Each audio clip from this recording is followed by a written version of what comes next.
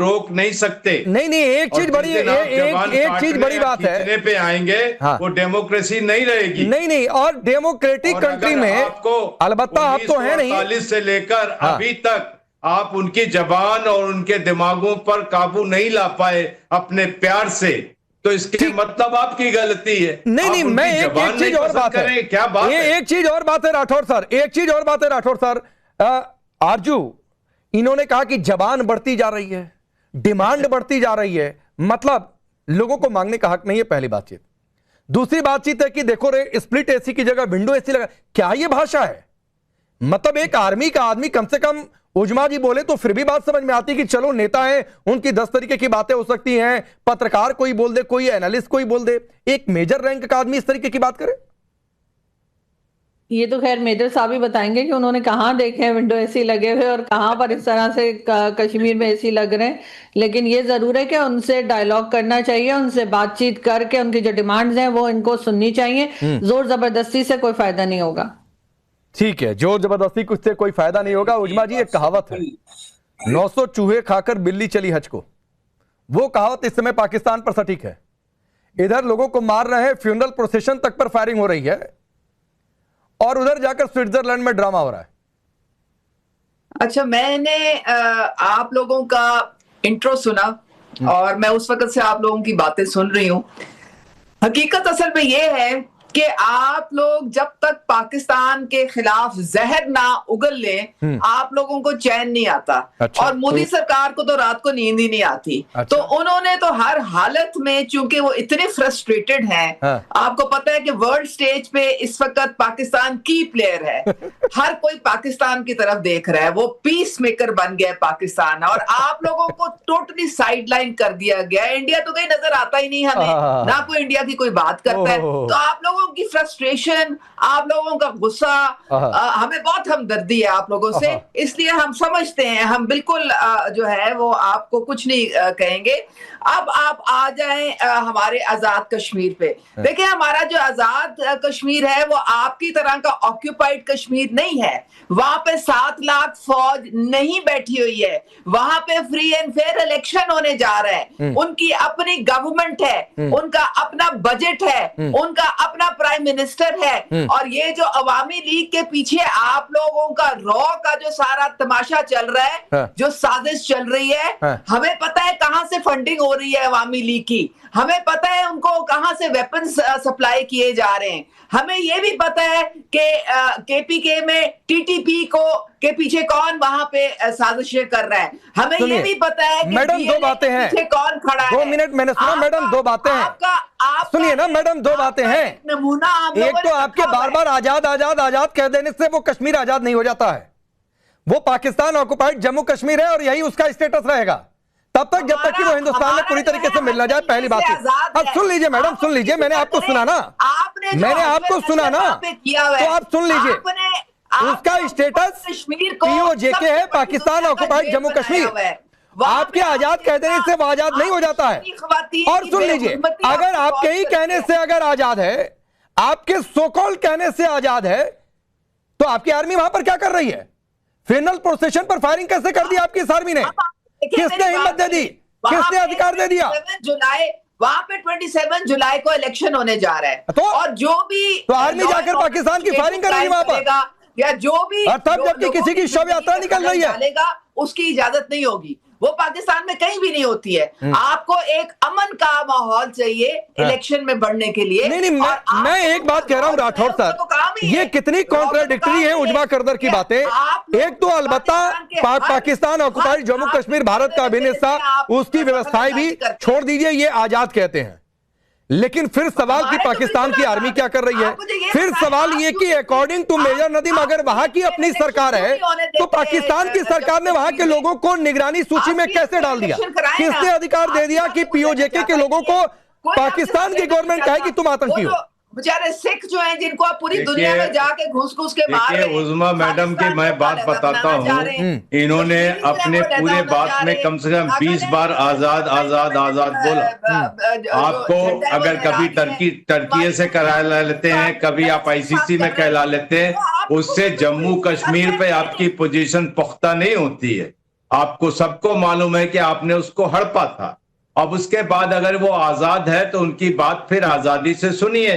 तो आजाद होने पे कहां से गोलियां चलाई जाती हैं?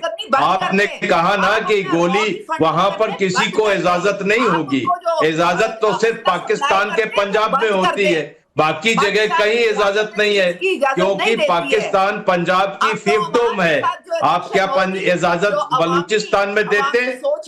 आप खैबर पख्तूनख्वा में देती है? हम वही वहां पे इलेक्शन करवाएंगे। ये बहुत अच्छी बात कह रही हैं, लेकिन जो आप आजादी का ढोंग रच रही हैं, आजादी का ढोंग मत रचिए।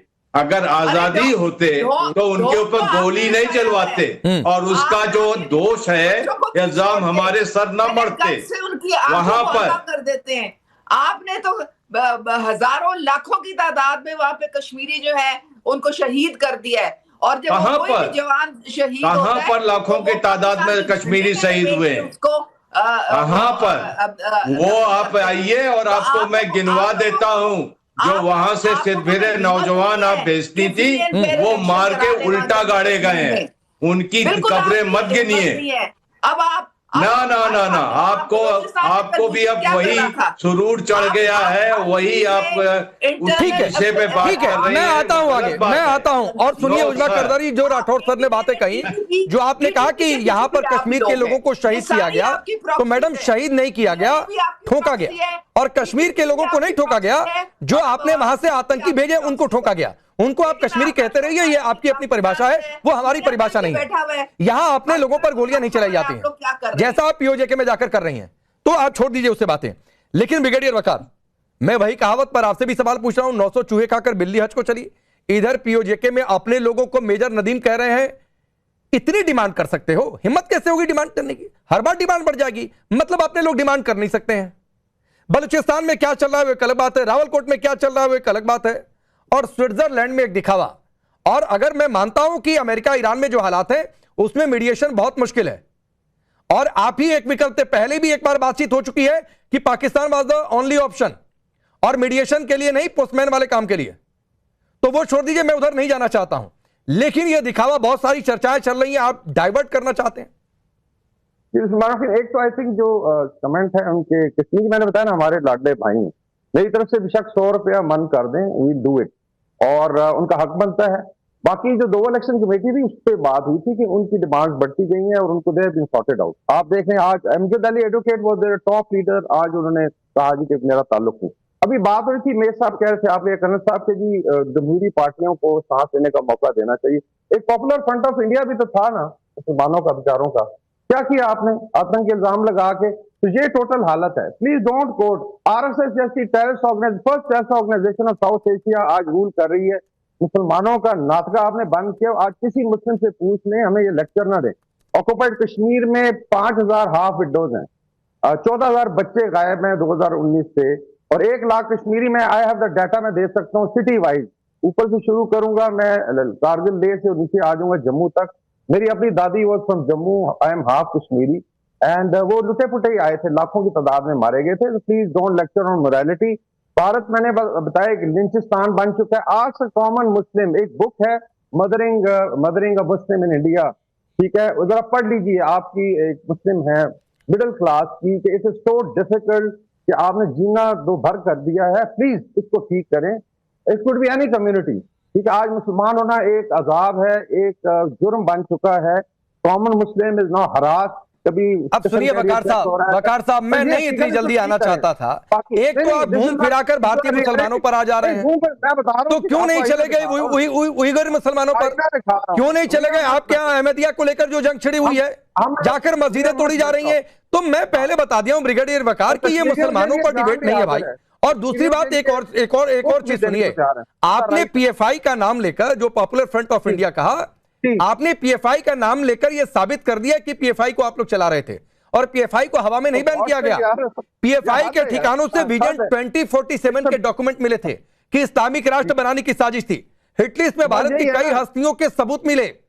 तो ऐसे हवा में किसी को बैन नहीं किया जाता है, सबूतों के आधार पर। यहां पर अदालतें जाकर कह देते कि यह बैन गलत है। किसने कहा जाके?